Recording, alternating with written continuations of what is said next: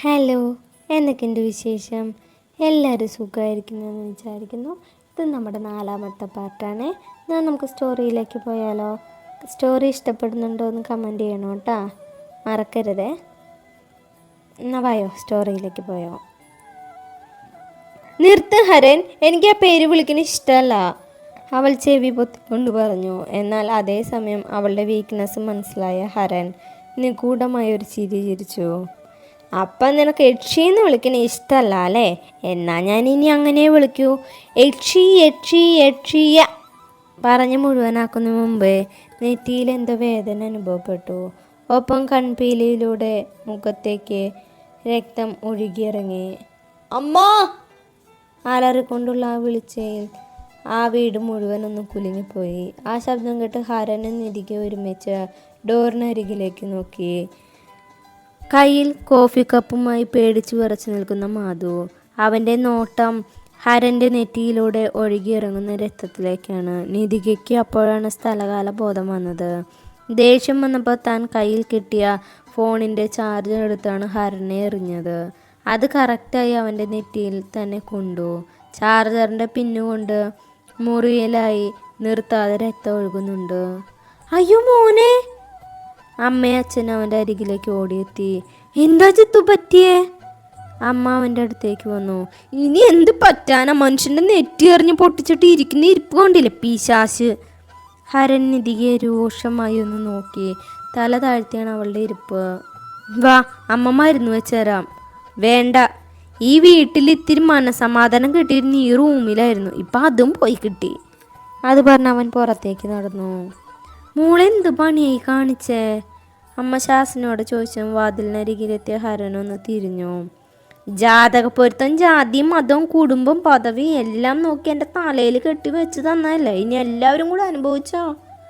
പിന്നെ അമ്മയുടെ ആ ജോത്സ്യനോട് എൻ്റെ കൺമുന്നിൽ വന്ന് പോവരുതെന്ന് പറഞ്ഞേക്ക്, അല്ലെങ്കിൽ കവടി നിരത്താൻ അയാൾ കൈ കാണില്ലേ. നീ അയാളുടെ 10 പൊരുത്തം ഒരു ഓത്തമ ജാതകം കോപ്പ്.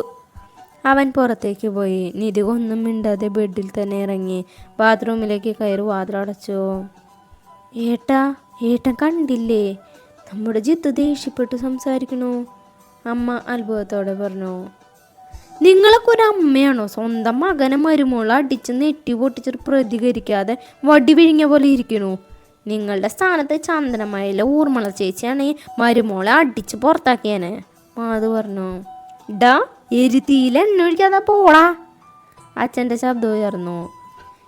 രാവിലെ നേരത്തെ എണീറ്റ് ഏട്ടത്തി ഇമ്പ്രസ് ചെയ്യാൻ ചായ ആയിട്ട് വന്നതാ, ഇനി ഇത് വേസ്റ്റ് ആയല്ലോ. സാരമില്ല, ഞാനൊരു 5 മിനിറ്റ് മുമ്പേ വന്നിരുന്നെങ്കിൽ ആ ഏറെ എനിക്ക് കിട്ടിയത്.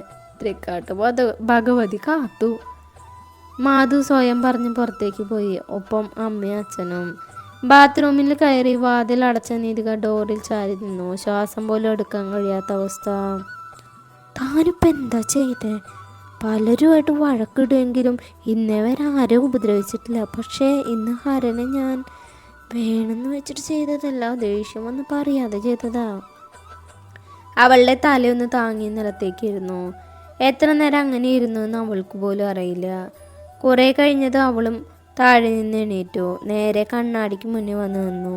കണ്ണാടിയിലെ തൻ്റെ പ്രതിബിംബം കണ്ട ഒരു നിമിഷം അവൾ അത്ഭുതപ്പെട്ടു. ഞാൻ കരഞ്ഞ? പക്ഷെ എന്തിന്? ഇതിലും വലിയ സങ്കടം വന്നിട്ട് കരഞ്ഞിട്ടില്ലാത്ത ഞാനെന്തിനിപ്പം കരയണേ? അവൾ വേഗം ടാപ്പ് തുറന്ന് മുഖത്തേക്ക് വെള്ളമാക്കി. ഞാനെന്തിനാ എല്ലാവരോടും ദേഷ്യപ്പെട്ടെ, അതും അവളുടെ പേരിൽ? തനിക്ക് എന്താ സംഭവിച്ചെന്ന് മനസ്സിലാവാതെ ഹരൻ കണ്ണാടിയിലെ തൻ്റെ പ്രതിബിംബം നോക്കി നിന്നു. നെറ്റി നന്നായിട്ട് മുറിഞ്ഞിട്ടുണ്ട്. വീട്ടിൽ നിന്ന് നേരെ ഇറങ്ങി വന്നത് ഇന്നലത്തെ ഹോട്ടൽ റൂമിലേക്കാണ്. വരുന്ന വഴി തൻ്റെ നെറ്റിയിലെ മുറിവ് കണ്ടിട്ടാണെന്ന് തോന്നുന്നു. എല്ലാവരും അത്ഭുത ജീവിയെ പോലെ നോക്കിയിരുന്നു. ഹരൻ കണ്ണാടിക്ക് മുന്നിൽ നിന്നും പഞ്ഞുകൊണ്ട് നെറ്റിയിലെ ചോര തുടച്ചെടുത്തു. ചെറിയ മുറിവാണ്, പക്ഷെ ഒരുപാട് ബ്ലഡ് പോയി. അവൻ മുറിവ് ക്ലീൻ ചെയ്ത് മരുന്ന് വെച്ച് ബെഡിലേക്ക് കിടന്നു. പിന്നെ ഉച്ചയ്ക്കാണ് എണീറ്റത്. ഒന്ന് ഫ്രഷായ ശേഷം റൂം ബോയിനെ വിളിച്ച് ഭക്ഷണം വരുത്തിച്ചു. വീണ്ടും കിടന്നുറങ്ങി. ഫോൺ എടുക്കാതെയാണ് വന്നത്. അതുകൊണ്ട് വീട്ടിലെല്ലാവരും തന്നെ കാണാതെ പേടിക്കുന്നുണ്ടാവുമെന്ന് ഹരനും അറിയായിരുന്നു. അവൻ തിരിച്ചു വീട്ടിലേക്ക് കയറി ചെല്ലുമ്പോൾ സമയം രാത്രി 10 മണി കഴിഞ്ഞിരുന്നു. ഹാളിൽ അച്ഛനും അമ്മയും ടി വി കാണുന്നുണ്ട്. മാധു ഫോണിൽ നോക്കിയിരിക്കുന്നുണ്ട്. ഷേ, രാവിലെ മുല്ലപ്പറിയാൻ തുറന്ന പോലെ ബ്ലഡ് വരുന്ന കണ്ടപ്പോൾ ഞാൻ കരുതി ഏട്ടൻ തലയിൽ ഒരു വലിയ കെട്ടുമായിട്ട് കയറി വരുന്ന. ഇതൊരു ചെറിയ ബാൻഡേഡ് ഒട്ടിക്കാനുള്ള മുറിവുള്ളോ അല്ലേ? മാധു എൻ്റെ നെറ്റിയിൽ നോക്കി പറഞ്ഞു. മാധു, മിണ്ടാതിരിക്കി, നീ വല്ലതും കഴിച്ചോ ജിത്തു? അമ്മ പറഞ്ഞു. അവനൊന്ന് മൂളിക്കൊണ്ട് റൂമിലേക്ക് നടന്നു. ഏച്ചി നല്ല പല്ലുറക്കത്തിലാണല്ലേ? തലവഴി പുതപ്പെട്ട് ഉറങ്ങുന്നവളെ നോക്കി ഹരൻ ബാത്റൂമിലേക്ക് കയറി. കുളി കഴിഞ്ഞ് ഒരു ടവൽ മാത്രം എടുത്ത് അവൻ കണ്ണാടിക്ക് മുന്നിൽ വന്നു നിന്നു. ശേഷം നെറ്റിയിലെ ബാൻഡേജ് അഴിച്ച് വേറെ ഒന്ന് ഒട്ടിച്ചു. ഇവിടെ യക്ഷിയല്ല, വടയക്ഷിയാ ശവം. അവൻ ദേഷ്യത്തിൽ ഡ്രസ്സ് മാറ്റി ബെഡിൽ വന്ന് കിടന്നു. ഈ ചായ എന്നെ വിട്ട് പോവല്ലേ? നീ ഇല്ലാതെ എനിക്ക് പറ്റില്ല എന്ന് അറിഞ്ഞൂടെ? നീതികയുടെ ശബ്ദം കേട്ട് ഹരൻ അവളുടെ മുഖത്തെ പുതപ്പ് മാറ്റി.